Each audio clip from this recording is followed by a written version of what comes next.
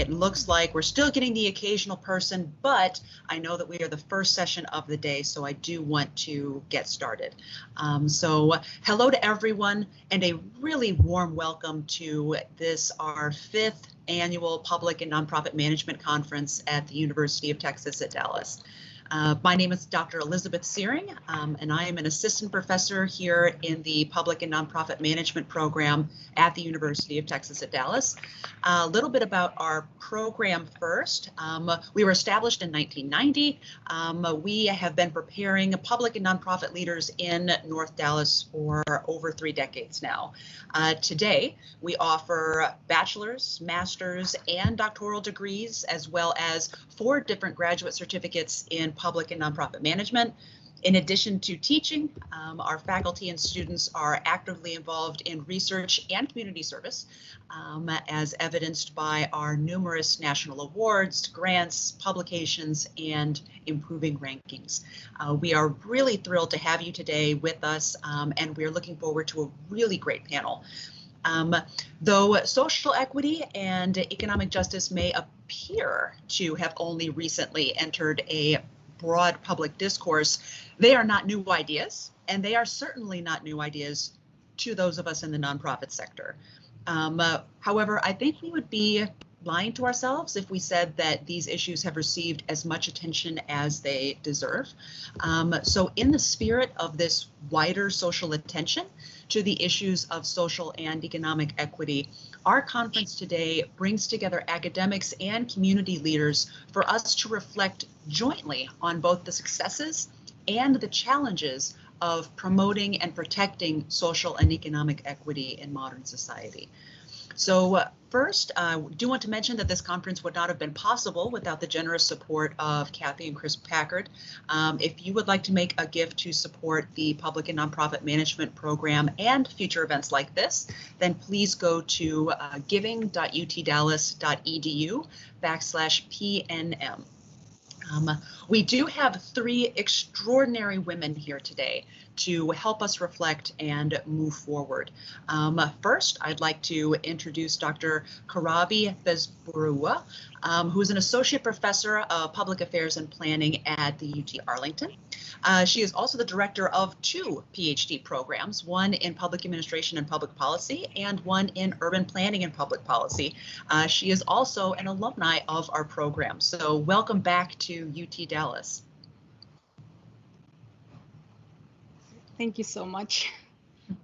I'm so glad to be here, honestly. And we are very happy to have you. I'd also like to introduce Dr. Froswa Booker-Drew, who is the Vice President of Community Affairs and Strategic Alliances for the State Fair of Texas. Dr. Booker-Drew is also one of the founding members of the Heritage Giving Circle at the Texas Women's Foundation, which is working to change the narrative of philanthropy to center Black women. Welcome to Dr. Booker-Drew. Thank you for having me.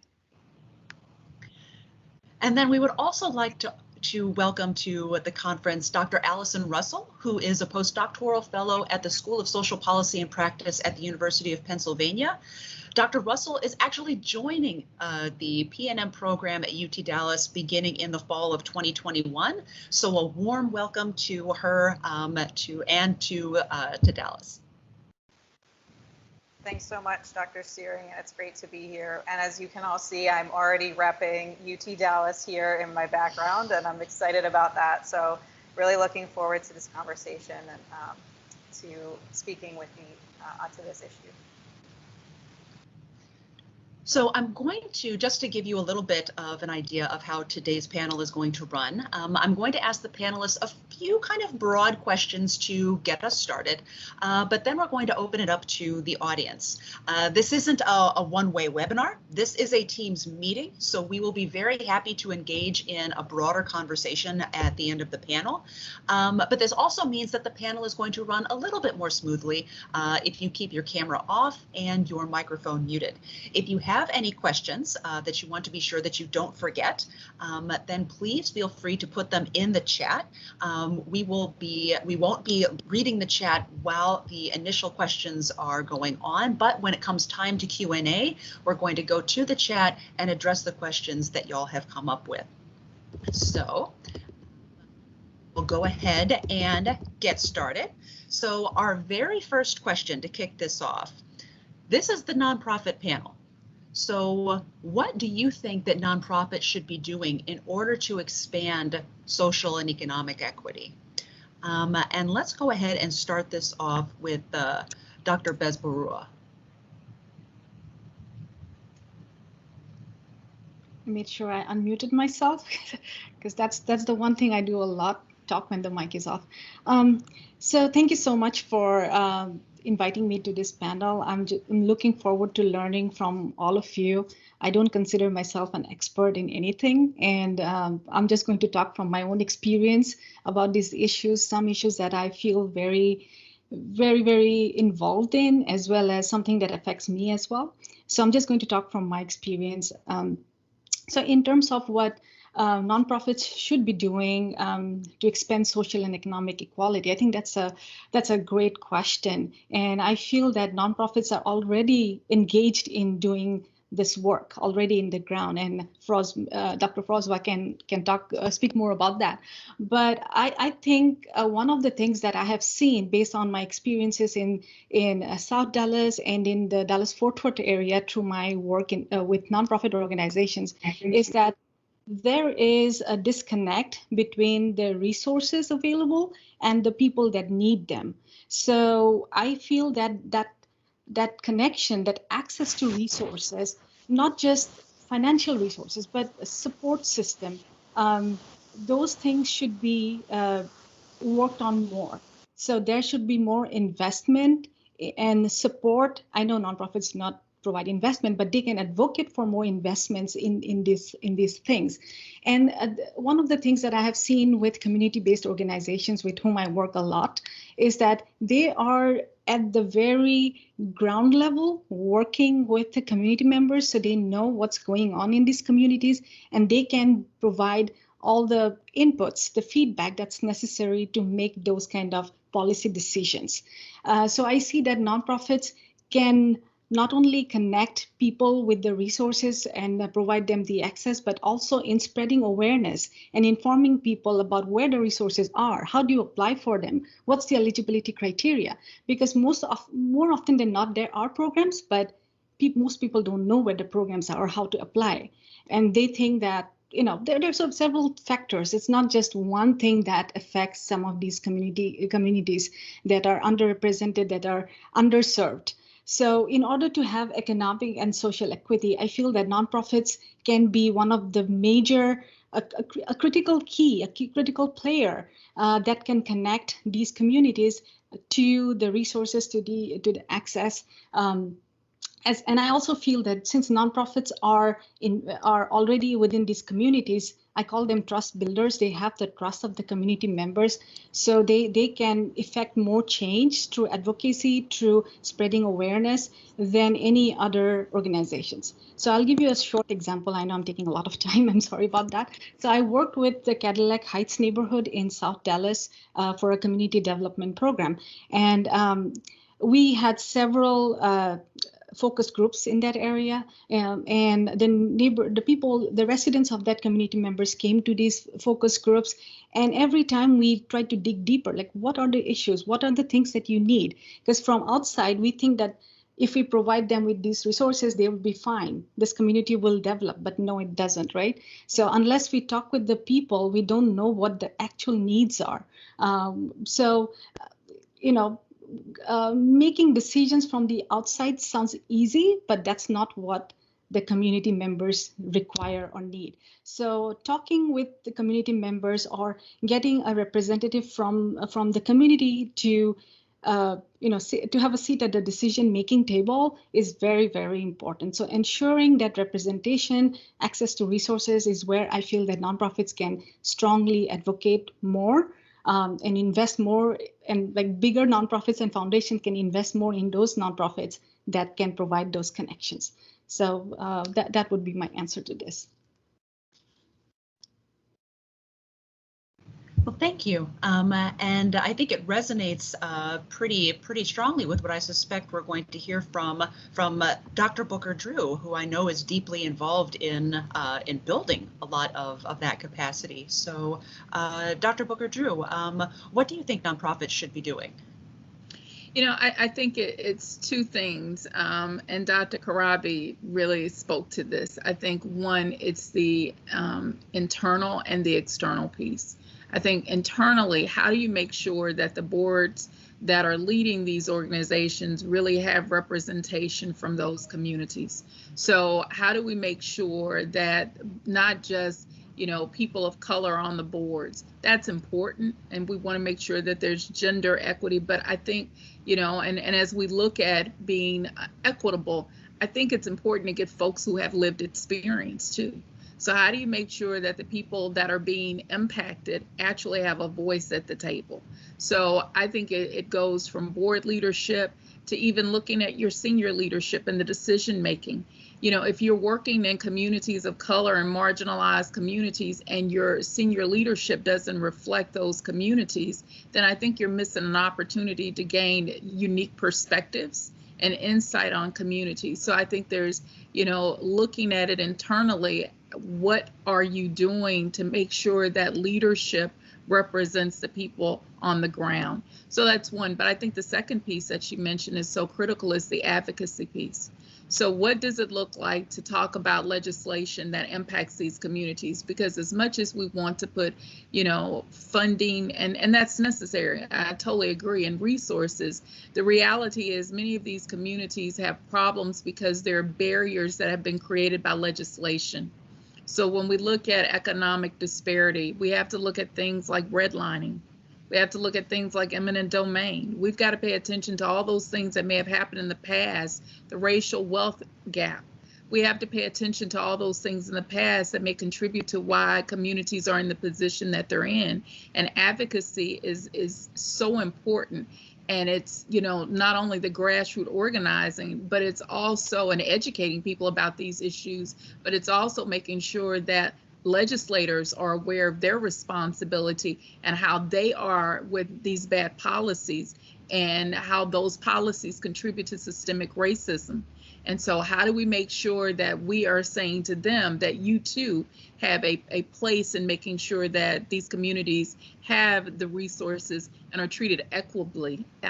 So that would be, my response is, I think it is this both and. It is the internal and it is the external, and both of those have to work together if we truly want to make sure that we're having the change we want to see. Thank you, and absolutely, it sounds more and more as we talk that this is it's complex and many layered. Dr. Russell, what do you think the nonprofit sector should be doing? Yeah, thanks for this question, Dr. Searing, and the great responses. I agree with everything that's already been said. I think that, nonprofits are already doing a lot of things, as Dr. Bezboruah mentioned, and they're certainly well positioned to do that work. But I think it's also really important that we get real in this moment about, our current efforts and address the elephant in the room, right? Which is, why is it that we're still having the same conversations as a sector and as researchers and practitioners that we've been having?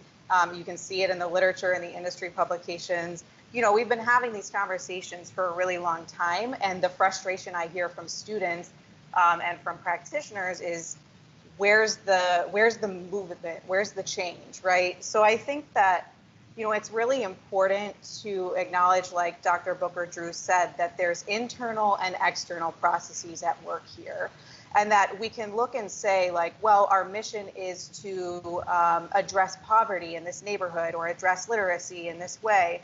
And all of these things are ways that we can point to how our work is addressing social equity or how it's addressing economic equity. And those are kind of externally facing in a way. But we also have to turn and look inward at what's actually going on within the organization. Dr. Booker Drew mentioned, board members, board representation, leadership. That's all really important. And we do focus a lot on that in the literature in terms of board diversity and things like that. Where I see less focus is around, middle management and lower level staff in the organizations. And then also I study a lot around volunteerism, and, board members are volunteers and we talk about them a lot, and they obviously are well positioned within an organization. But I think too, we don't really talk about representation among volunteers just generally. And so I think that's another area where we can start to focus more on how we are or are not achieving these goals within the organization. And in terms of, how we kind of assess that, I think from a strategic standpoint, it's important that we are, not just saying, well, if the be all and end all is the mission. I mean, the mission is critical and it's central, but how are we tracking whether or not we're actually achieving these goals that we have set for ourselves? How do we build a goal of advancing social and economic equity into every aspect of our work? And so I think, thinking about including checkpoints in different things, thinking about what is our logic model, what is our theory of change, where do we build in those points at which we can actually assess, and how do we assess if we're getting closer to advancing those goals? And if we're, if we're paying a lot of lip service to these things, but we're not really assessing internally if we're achieving them using, measuring outputs, it's going to be really hard to defend that. And I think, that's the reason why we don't see maybe the needle moving as quickly as we want to see it, because there's a big gap between intent and impact, right? So we start with the good intentions.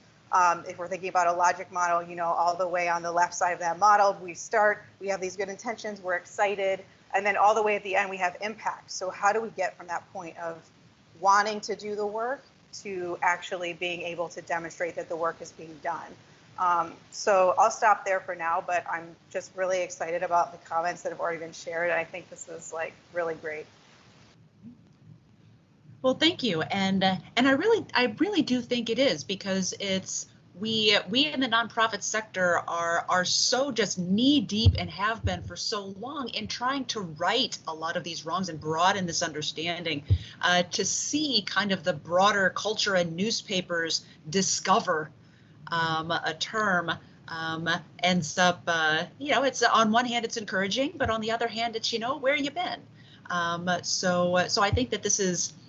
Listening to everyone's comments makes me feel, dare I say, optimistic. And so let's bring it down kind of to the local level. Let's think about Dallas and Fort Worth specifically. So where do you think that that Dallas and Fort Worth face specific challenges in relation to economic and social equity? What, we've talked about the nonprofit sector kind of broadly. What should we be focusing on right here? And we'll go ahead, and I'll go in the same order that I did last time. So we'll start with Dr. Bezboruah. Okay, thank you.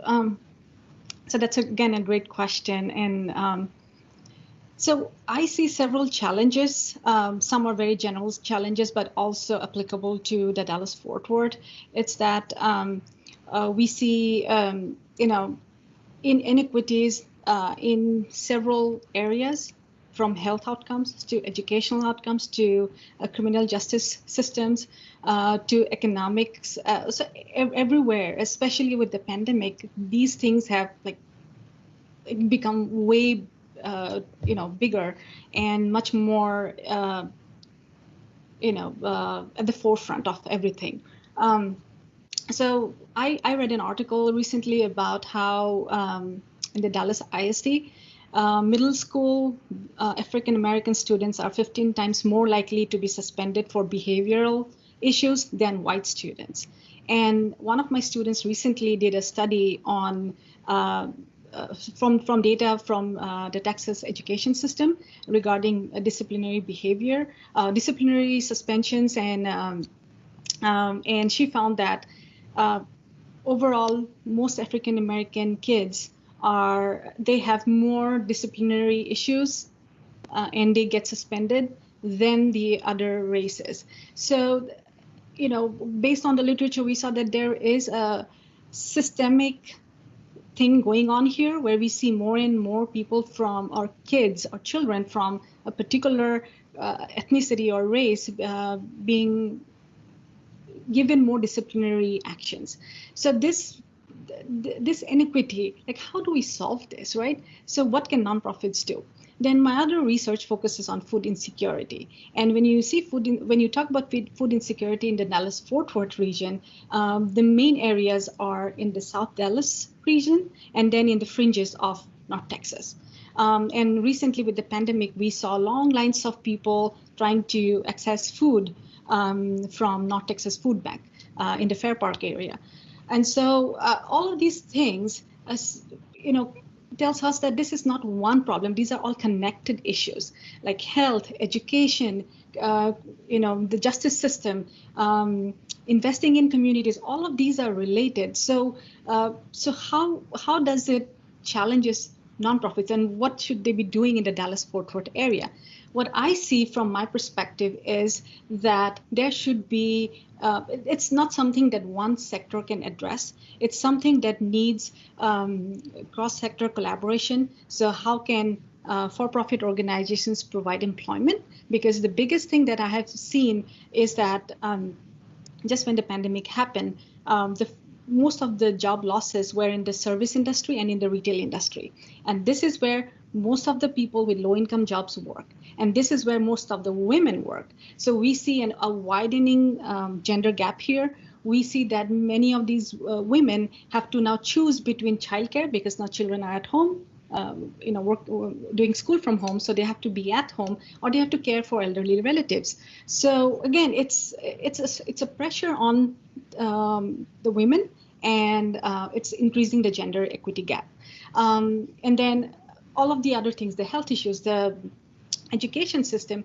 So when you see all of these things, like I said earlier, it's not something that we can solve easily. It's very complex, multi-layered, and I see that if we work together, all the sectors work together, then perhaps we can address some of these issues from different perspectives, but there should be some kind of a seamless policy here that can address some of these issues. So like your second question about what nonprofits should be doing in the Dallas-Fort Worth area or where they should be focusing on is, I would say number one is education, because without focusing on our public education system, our future generation, our workforce, they will not be able to be contributing citizens. And anything that we want to focus on for the future of this country, it should be invested in our children, in our schools, because that's where we can effect real change for later. And there was a study done recently where they said in Dallas, the number one problem was education, public education.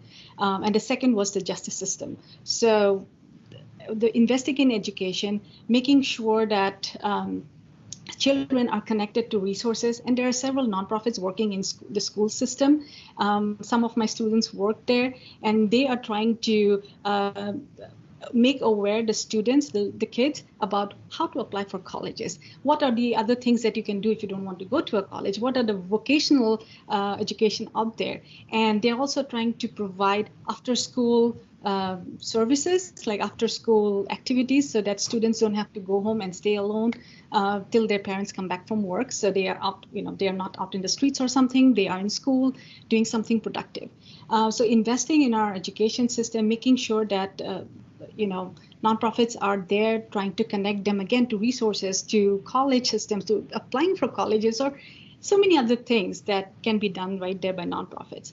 One project I did was with the Tarrant area food bank. It was about 2 years ago, and they have a summer food program for children when school is out. So how do you provide food to low-income families?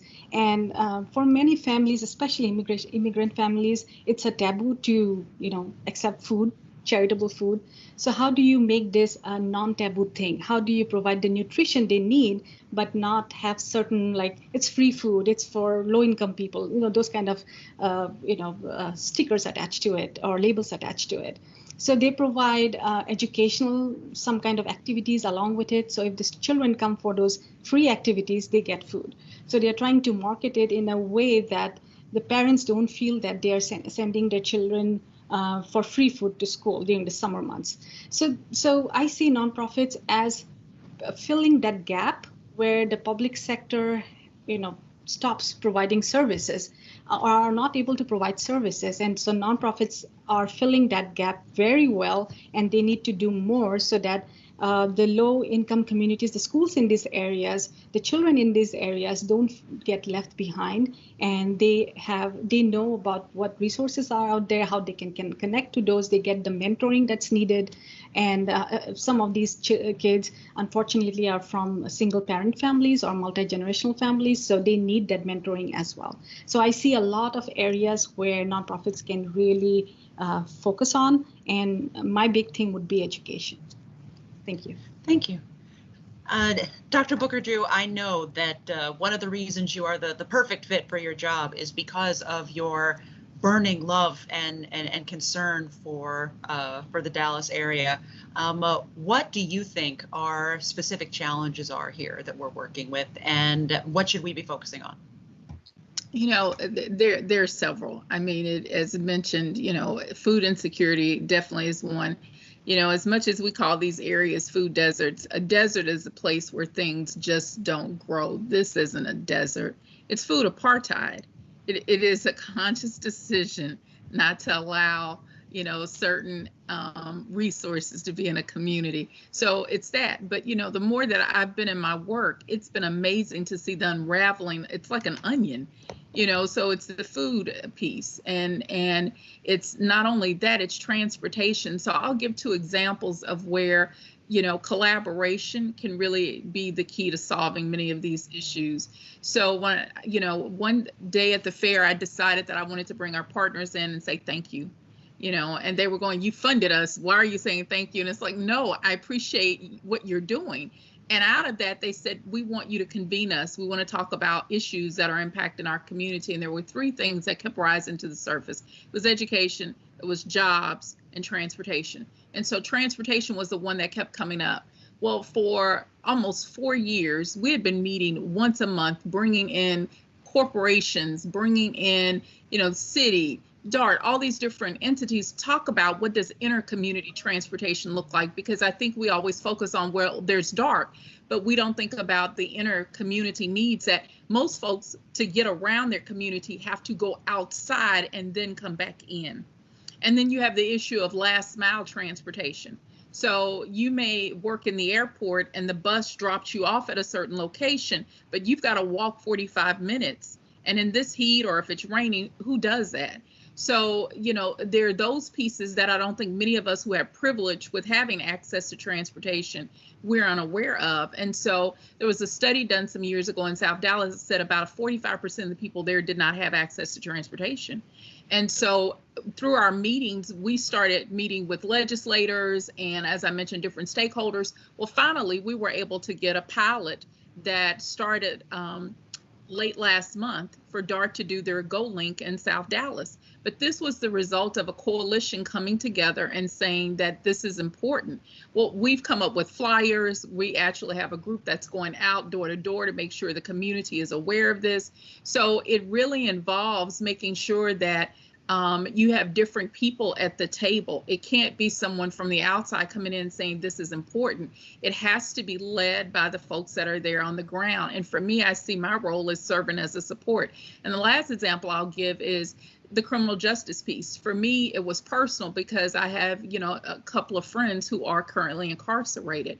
And watching, one recently got out, and watching the struggles that they've had to go through, it became a passion. So we started a job fair for folks who have been impacted by incarceration. But what I noticed was many people in that space are not talking to each other in terms of the organization. So there was a lack of coordination. And so met with a group, Redemption Bridge, and I said, I have this passion of, I want to figure out how do we make sure that we're providing services for folks who've been impacted by incarceration? Because what we do know is that it's not just, the zip codes that are in South Dallas that have a high number of people who've been impacted. We know that kids are also impacted by it, and that there's this pipeline that ends up happening for children who have parents who are incarcerated. And so to stop that, we got to provide the resources. So Redemption Bridge, State Fair got together and we started bringing nonprofits and different sectors to the table because we wanted to provide national level certifications so that people could get livable wage jobs. But we recognized that there was a need for transportation, housing, health. And so we created these 7 committees that meet monthly. And it's over 100 organizations that are involved. City of Dallas is a part of this. But to see that we'll work with the specialty courts, so when someone gets out, they don't only get a job, but it's all these other resources. And then we added the policy piece, because no matter how many programs you do, if policy is in place that makes it difficult for people to have jobs and be able to live, then that's going to impact their ability to thrive. And so I love being able to see how when people come together, and it's not trying to change what they do, but saying we want to help build your capacity in these communities to do this work, that's where real change happens. And it's going to have to be this combination of collaboration and coordination for us to really begin to deal with these massive issues that did not happen overnight.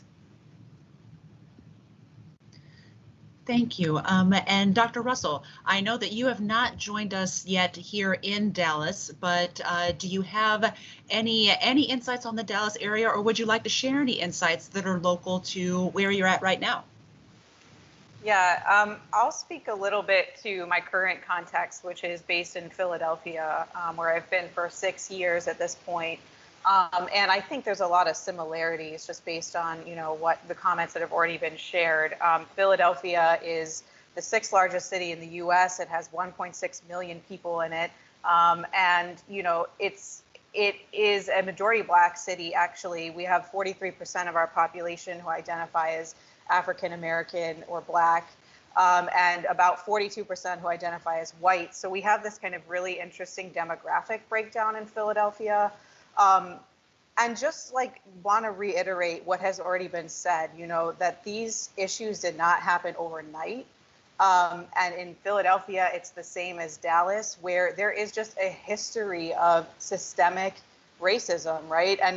And we see that playing out in the policies that have specifically targeted the fabric of the Black community here in Philadelphia and, around the country. But the policies like what Dr. Booker Drew mentioned, redlining, denying people access to financial services so they could buy homes and invest in their communities, invest in their neighborhoods, policies that have enabled, wealthy institutions to kind of consolidate their own land ownership in a neighborhood at the expense of original occupants. Just many, many different policies. Then, of course, there's the history of stop and frisk, the war on drugs, these criminal justice policies that have just decimated the Black community here in Philadelphia. And we continue to see that and continue to see the effects of that borne out in our communities today. So I think right now in Philadelphia, and I think it, really picked up momentum in the summer of 2020, but it's continuing, is really just this awareness of the system in this really profound way, and people calling it out, right? People speaking it out loud and saying, these policies need to change. And there are so many amazing community groups, activists, nonprofits doing this work in Philadelphia who've been doing it for years, been doing it for decades, right? But again, we come back to the point of they're doing the work, but we're not seeing the change happen. And I think what we're seeing right now here is this just calling it out that, as Dr. Booker Drew mentioned, it's if you can keep throwing money and resources at a problem, but if policies continue to persist that prevent people from, really advancing economically, especially, and then socially as a result of that, then, we're not really getting anywhere. We're just kind of throwing, just throwing good money after bad in a sense, and we're not seeing the change we want to see. And so I think that it's really important that nonprofits do step into that advocacy role and do recognize that there's no real ability to be agnostic about these things from an advocacy standpoint. we don't have to talk about politics in terms of party politics, but it's an awareness that if you say you want to change the system and you say you're about social and economic equity, that you have to be willing to walk the talk. You have to be willing to get out there and advocate for these reforms. Wherever your personal politics are, your personal, orientations are about, how those things should be solved in the long term, the basic acknowledgement that certain policies need to be changed, that's something we have to all agree on, we have to all get on board with. And so I think what we've seen here in Philly is just like a lot of just grassroots activism around these issues that is coming from, community members and community groups that may be less formal than a nonprofit. But what they're doing is they're pushing those conversations within nonprofits forward. They're giving the impetus for those organizations to really get on board and partner with the people who are doing this work, who are living in these communities in different parts of our city, who have the expertise and the knowledge about what is going on the ground. And, I think it's really exciting to see nonprofits not only look to the public sector and to corporations as partners, but also look to like the grassroots and look to the experts that are already here, right? And really reaching out and building bridges in that direction as well. And so, I think broadening how we understand, what is expertise, what is knowledge, what do these things look like, and what is valued is really an important part of this work as well. Thank you so much. And I know that we want to leave some time for questions, so let's make our responses to this last question for the panel straightforward. So our final question before we get into the questions from the audience. What do you think the #1 lesson that the pandemic has taught us about economic and social equity is? And I know there's a lot out there. There are a lot of candidates for lessons we've learned about social and economic equity from the pandemic. But what do you think the #1 lesson is? And we can keep these kind of brief so that we can get to the questions in the chat.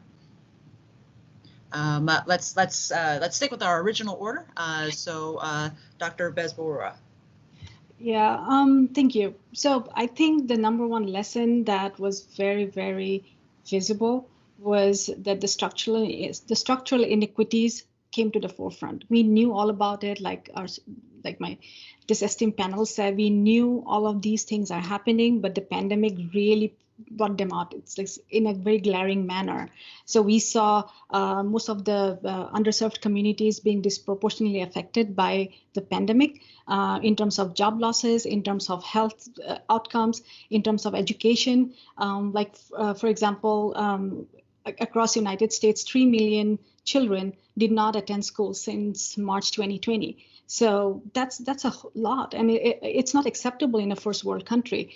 So we see that, and at the same time, we see resilience in the people. We see a lot of volunteerism. We see a lot of people not just donating money, but also donating their time, in spite of the ongoing pandemic, helping community-based organizations to effect some changes in the people that were affected. So I see hope here. I see a problem, but I also see hope. That our future generation are becoming more activists. They are calling it out, like Dr.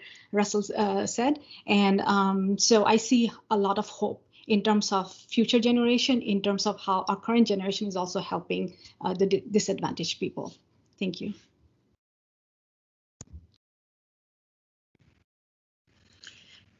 I think we saw a system that was messed up. I think that for many of us, we already knew it. I think it opened up the eyes for other people because it was so in your face. These things had been going on for so long, but you could go back to work and kind of, go, that's over there. But when you're at home and CNN is blasted 24/7, and that's all you're seeing, it forced America to have to reckon with the inequities that have always been present, and it exacerbated them. So I think that, the thing that it demonstrated to us is that we got a lot of work to do. So I think that's one, but I think the other piece that was mentioned is the resilience. I was so blown away watching so many of our nonprofits get together and say, let's do some things. You know, and in South Dallas, I remember when Carter's House and I Look Like Love, and there's a group called Volunteering While Black got together and did this diaper distribution, and there were cars all backed up on MLK and 175, and to see that these small grassroots nonprofits weren't waiting on someone to do it for them, that said, our community needs this and we're going to come together to do it. Part of the calls that you know you've been on, Elizabeth, that I do these calls monthly with nonprofits in South Dallas was a result of COVID. You know, I'd been convening them and bringing them together, but people were calling going, I need this, I need that. And I said, well, why don't you all come together? And so these calls started, you know, twice a month, but it was nonprofits going, hey, I need computers, and seeing them get together and share resources and go, hey, I've got them, you can have them. And now they're monthly calls, but to watch this coordination happen with these nonprofits, they weren't waiting on government. They weren't waiting on private donations. They said, we're going to figure this out and serve our community. So for me, it was seeing the resilience of people who were on the ground in communities that were being ravaged by COVID. And they put their lives on the line to make sure that their communities had resources when people were, you know, trying to figure out what to do. They did it. So that for me was the piece that gave me hope, and knowing that no matter what happens, there are people who are committed to the success of their communities. I'm I'm verklempt now almost, Froswa, listening to you talk. So, Dr. Russell, what do you think? What is the one thing that we learned from the pandemic? Yeah, I 100% agree with what's been said already. I think, you know, the bottom line, it was a moment of sudden and, you know, sharp awareness that we have a really long way to go for a lot of people. For some of us who have been able to kind of put that aside when we feel like it and pick it up when we feel like it, the pandemic was a moment of, guess what? You can't put it aside. You have to keep it, you have to pick it up, and it's right in front of your face. So this was just like a huge moment of awareness, I think, for a lot of people. And I think coupled with that, the way in which we've been talking about these issues has been evolving in a really productive way that allows us to see that if we're not actively addressing it, we may in fact be tacitly contributing to the barrier that prevents other people from addressing it. And so this is, I think, really important, because it's like, on the one hand, we're not actively opposed to this, but on the other hand, we're not actively contributing to the work on a daily basis. We're not actively contributing to allowing the lived material realities of people to change. And so this moment has called that to the fore in a really powerful way. And I think really powerful for individuals, but also for nonprofits and other organizations that can see that, you know, again, with that intent to impact, like our intent is there, but we're not doing enough. And what can we do to do more? And so I think that's really important. And I would just echo, you know, what has been said already, that, you know, we've seen a lot of resilience, and we've seen a lot of things that can give us hope that there's community and collective will to make these things happen. For those of us who may be a little late to the party and really getting our boots on the ground, it's never too late, right? Just recognizing that the expertise is already out there, and that there are people who've been doing this work for a long time, and allowing those individuals and groups to lead the way and us to plug in as supports, right? But we need to be willing to, I think, listen actively, ask the right questions, and sort of approach it from a standpoint of humility, and you know, that there's a long way to go, but we can, you know, we're willing to now step up and really kind of, like it has been said, contribute to these efforts of coordination and connection that have been happening. Well, thank you so much for responding to the questions that I put forward. And now we've got some, I would say, even better questions that have come up in the chat. So let's see if we can get a couple of these addressed before we need to move on to the keynote panel. So one of our attendees, Gwendolyn, asks us, in terms of reaching vulnerable populations, what have you seen as best practices? Based on my community outreach experience, there are some populations who are in fear and there is a distrust that prevents effective outreach. So what would you recommend? Panel?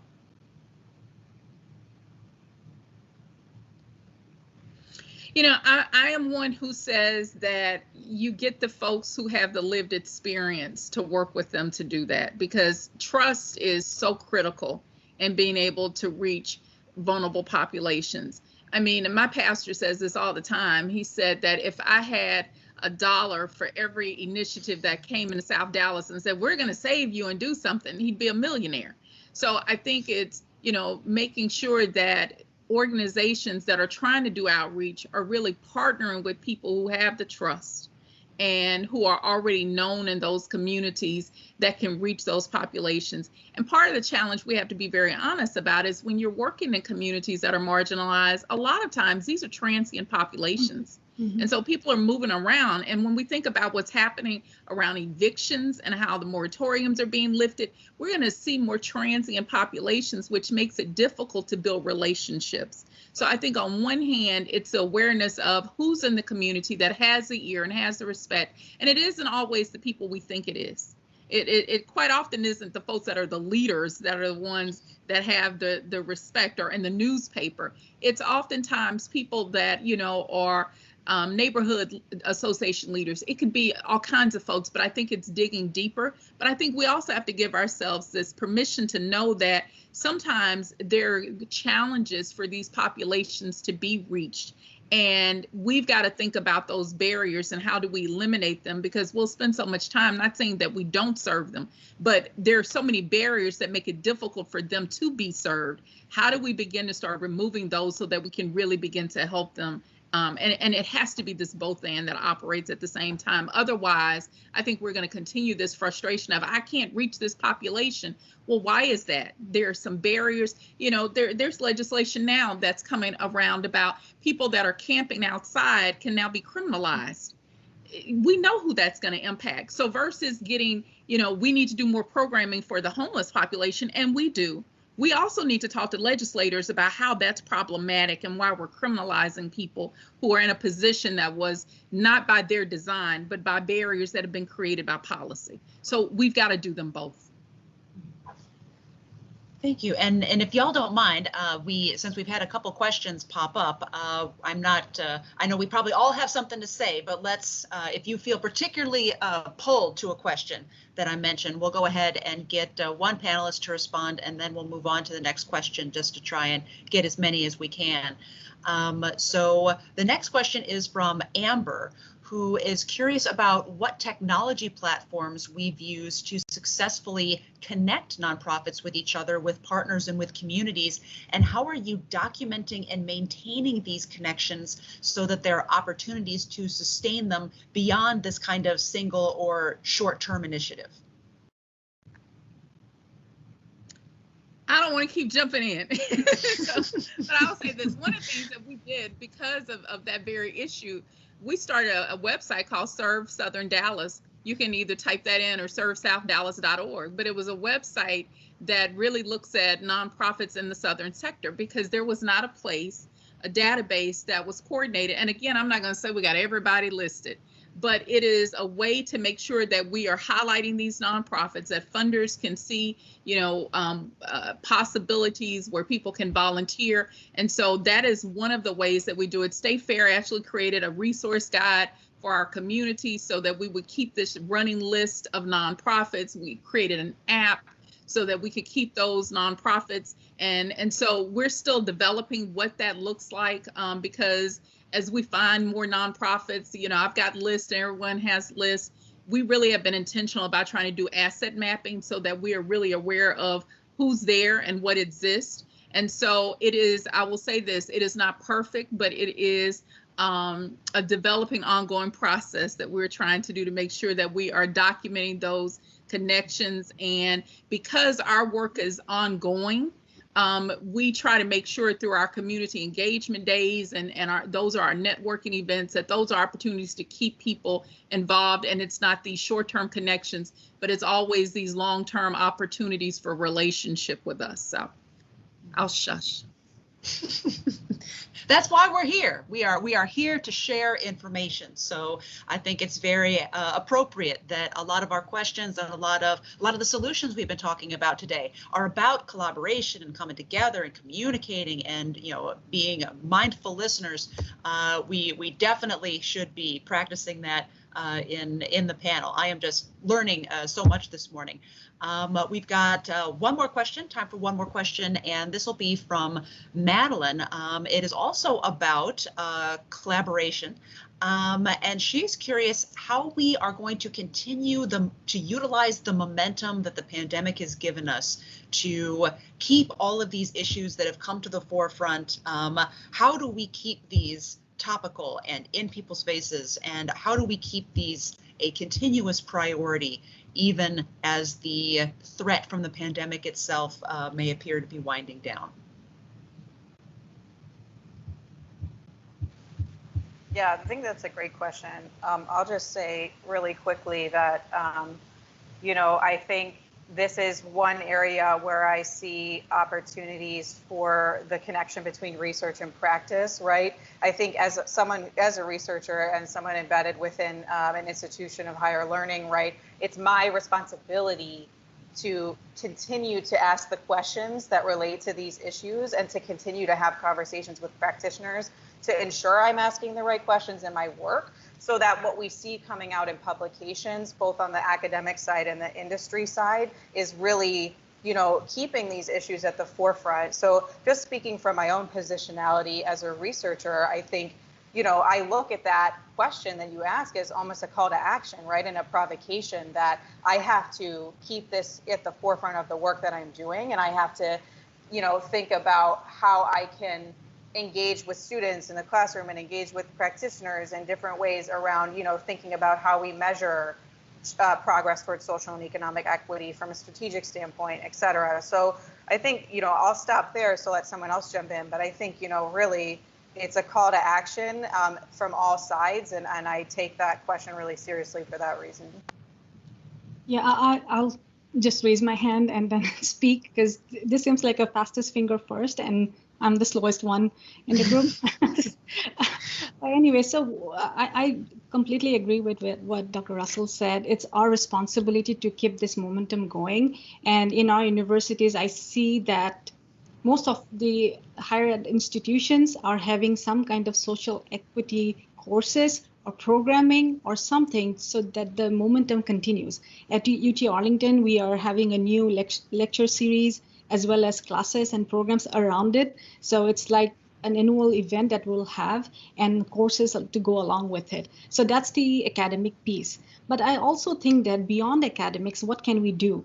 So how do we make sure these conversations continue? Why it shouldn't be a one-time thing. And especially we saw people becoming more activists around the general elections. Because that's where we saw a lot of all these things coming up, along with the pandemic, of course. Everything just came together at that point, and we saw a lot of activism.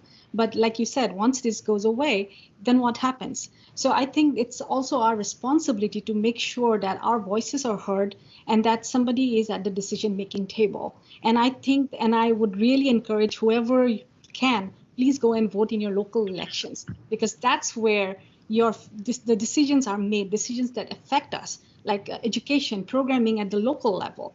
In the recent local elections in Collin County, like 14% voted.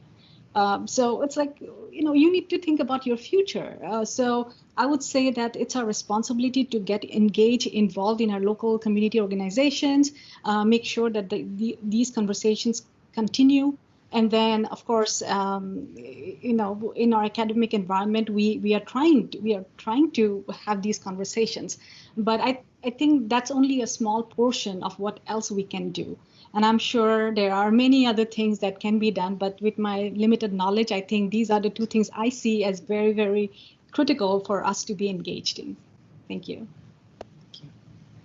And thank you to the panelists and to the audience for attending and participating in what really was an invigorating conversation. I'm energized from this conversation. I hope that you are as well. But before we transition over to the keynote panel, I do want to take a moment to honor our Alumna of the Year from 2020. We did have an Alumna of the Year before we had to do all sorts of pivoting last year. And so we do want to recognize Dr. Kristen Cooney, who is the Senior Director of Insights and Analytics at the Communities Foundation of Texas and Educate Texas. After getting her MPA and her PhD from University of Texas at Dallas, Dr. Cooney dedicated herself to using those skills to understand and demonstrate how the nonprofit sector was impacting North Texas. She also leads the program team supporting the Texas Network for School Improvement, which is focused on improving outcomes for middle school students in North Texas. And if providing rigorous analysis on nonprofits during her day job wasn't enough, Dr. Cooney is also a trustee on the Richardson ISD School Board. So Dr. Cooney, we are proud to include you as an alumna, and congratulations on your award. Thank you again to our panelists and to you for joining us this morning. Please refer to the information that you received from the conference for the link to the keynote panel. The keynote panel will be a slightly different format, and so you will need to hang up on this conversation and then in 30 more minutes join through a different link to see the keynotes. But thank you so much, and always feel free to reach out to myself or any of the panelists if you would like to continue the discussion later. I think that we're really well poised and energized, and as Dr. Russell said, we have received our call to action to make Dallas and Fort Worth an even more phenomenal place. So thank you so much. Thank you.